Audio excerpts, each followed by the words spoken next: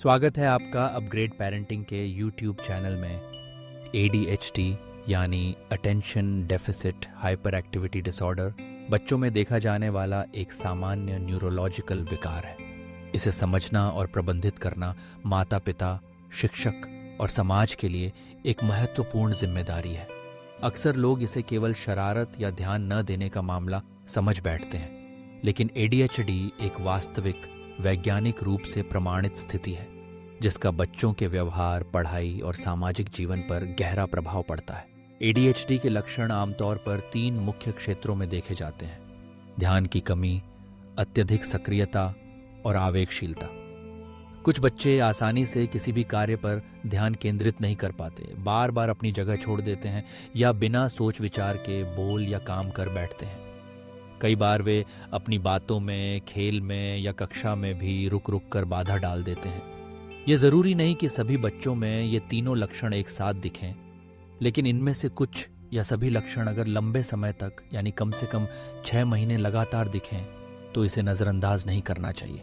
ADHD का कारण पूरी तरह स्पष्ट नहीं है, लेकिन शोध बताते हैं कि आनुवांशिकता, मस्तिष्क में रासायनिक असंतुलन, प्रीमेच्योर बर्थ या गर्भावस्था के समय की कुछ जटिलताएं इसमें भूमिका निभा सकती हैं।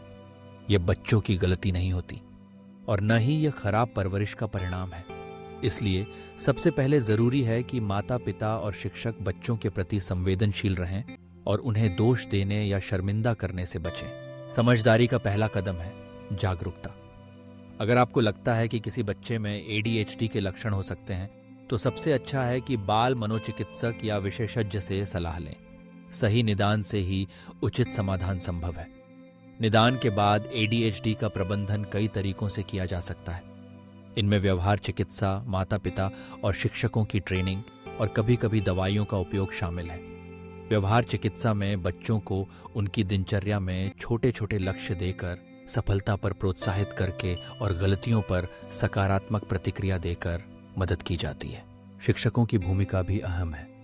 उन्हें चाहिए कि वे कक्षा में ऐसे बच्चों को फ्रंट रो में बैठाएं, निर्देश स्पष्ट और छोटे वाक्यों में दें और समय समय पर छोटे छोटे ब्रेक दें। माता पिता को भी चाहिए कि वे घर पर एक रूटीन बनाएं, सोने, खाने, पढ़ने और खेलने का समय निश्चित करें।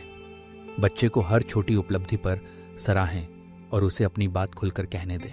कई बार ADHD वाले बच्चों को अपने साथियों से दोस्ती करने, भावनाओं को समझने या नियंत्रित करने और निराशा से निपटने में दिक्कत होती है।